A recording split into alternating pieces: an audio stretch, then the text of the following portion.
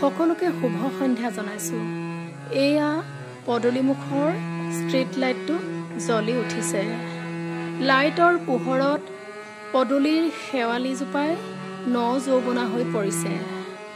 কাষৰ গছজোপাত অলপ আগতে চৰাই খিচিৰি মিচিৰ শব্দ শুনিবলৈ পাইছিলোঁ।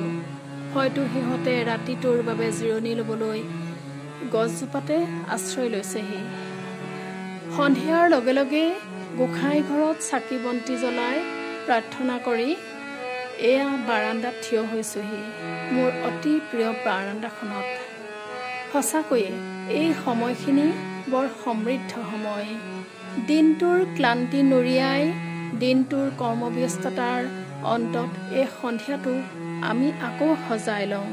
এই সন্ধিয়াটো কেতিয়াবা কবিতাৰ মাজত, কেতিয়াবা সংগীতৰ মূৰ্ছনাত আৰু কেতিয়াবা ভাল লগা বন্ধুৰ সৈতে কথা পাতি এই সন্ধিয়াটো সজাই লওঁ।